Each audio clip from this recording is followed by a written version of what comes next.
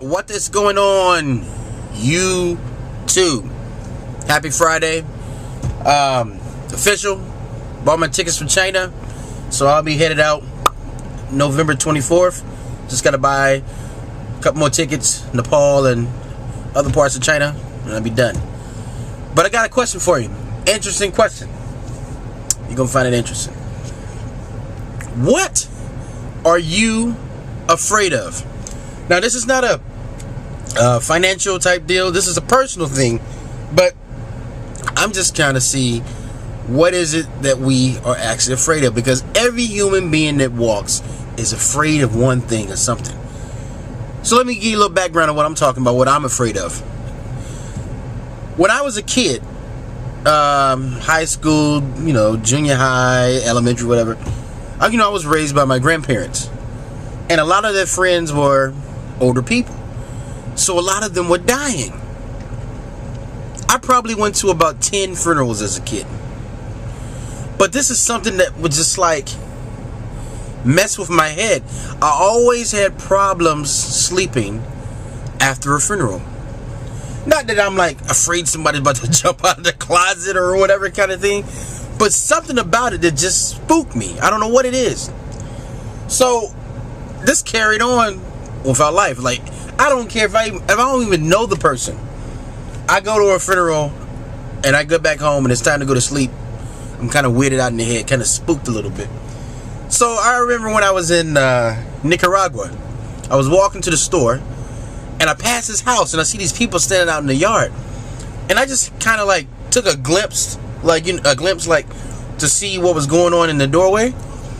There was a body in the door. There's a funeral going on, and I'm like, what? There's a funeral going on in the home. And then I come to find out later that Nicaraguans, they really can't afford funerals, so they just have them at home, whatever. But it gets better. So it was late when I seen this. It's like 5, 6 o'clock in the evening.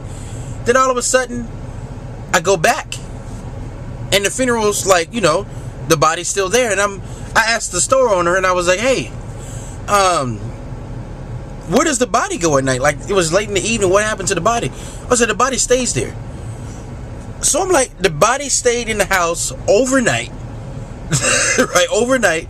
Everyone cuts the lights off, whatever, close the casket, and, have some, whatever, I know, some hot cocoa or something, and then go to bed with the body in the house.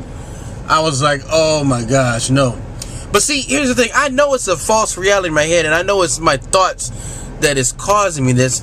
So sometimes I was just like, maybe I should just like go to a funeral home and say, hey, I want to do an experiment. I want to go there with my sleeping bag and just camp out. That's the best way to overcome my fear. And my buddy and I we were talking about this. Even in my book club, we asked this question. And people, you will find that some people are afraid of some of the most craziest things. You would have no clue. Like one lady, she had a fear of driving. She couldn't drive in certain areas. Like when she gets on the interstate or whatever, it's spooky for her. So my question is to you, and don't hold back, because nobody can see your face or anything like that. What is it that you're afraid of? Think about it. There's something that just gives you the, the jitters, like, oh my gosh. And and then my second thing, without even going into it, is flying. And how ironic is that? Okay, I just bought a ticket to China. I'm going to be in a plane 18 hours. I'm not a real big fan of flying, because that's one of those things you can't control. If you fall out of the sky, you're falling out of the sky. But yeah, so that's my thing today. What is it that you are afraid of? All right, guys, so thanks for watching the channel. If this is your first time stopping by, disregard this video, because I promise you this is not what everything is about, but this is just something different.